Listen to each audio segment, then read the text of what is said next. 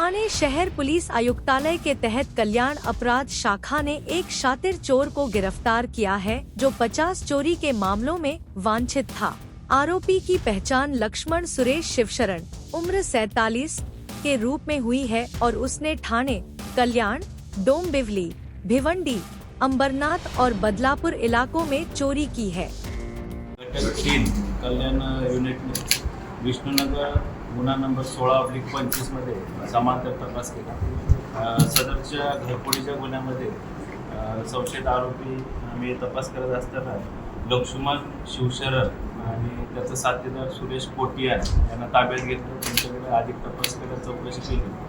त्या अनुषंगानं युनिट 3चे आमचे अधिकारी अजित शिंदे पोलीस निरीक्षक सपोनी उगल मुगले PSI विनोद पाटील यांनी ACP शेखर बागडे यांच्या मार्गदर्शनामध्ये या गुन्ह्याचा तपास केला।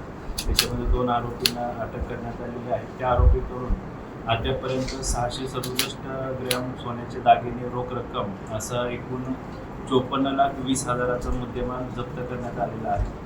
त्या आरोपींकडून आतापर्यंत एकूण 50 गुन्हे घरफोडीचे गुन्हे उघडकीस आलेले आहेत। त्या अनुषंगानं युनिट 3चे अधिकारी आणि त्यांची टीम या सदरच्या गुन्ह्यामध्ये अजून कोण आरोपींचा समावेश आहे, यांचे साथीदार कोण आहे, त्याबरोबर या आरोपींनी चोरी केलेलं सोनं आहे, मुद्देमाल आहे, तो कोणत्या ठिकाणी विकला किंवा त्याची विल्हेवाट कशी लावली या अनुषंगानं अधिकारी तपास करत आहे। त्याचबरोबर अजूनही काही घरफोडीचे किंवा या अनुषंगानं इतरही गुन्हे उघडकीस येत आहेत का याचा अधिक तपास आम्ही करत आहोत।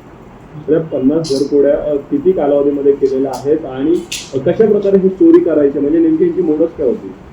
हे प्रामुख्याने घरफोडीच करायचे। बंद फ्लॅट असेल दिवसा किंवा रात्रीच्या वेळी त्यांच्याकडे जे साधनं होते किंवा हत्यारं होते, गाठावणी असेल तर स्क्रूड्रायव्हर वगैरे याच्या सहाय्याने ते घराचा दरवाजा कडी कोंडा कुलूप तोडून ते गुन्हे करायचे। या आरोपींवर यापूर्वी एकूण 32 गुन्हे विष्णुनगर, मानपाडा, वागळे, ठाणे शहरामध्ये ठाण्यामध्ये गुन्हे दाखल आहेत। तरी मोठी टोळी असू शकते का इराणी टोळीशी संलग्न, किंवा ह्यापैकी दुसरी कुठली टोळी आहे का? जसं पूर्वी बोलायचे चड्डी गँग अशा प्रकारचे काय आहे का? सध्या आपल्याला 2 अटक आरोपी आहेत, लक्ष्मण शिवशरण आणि सुरेश पोटिया। यांच्यासोबत अजून कोण त्यांचे साथीदार आहेत का किंवा इतर ठिकाणी इतर पोलीस स्टेशनच्या हद्दीत त्यांनी काही गुन्हे केलेले आहेत का, यांना मदत करणारे इतर कोण आरोपी आहेत, त्या अनुषंगाने अधिक तपास आमचा सुरू आहे। गुन्हे दाखल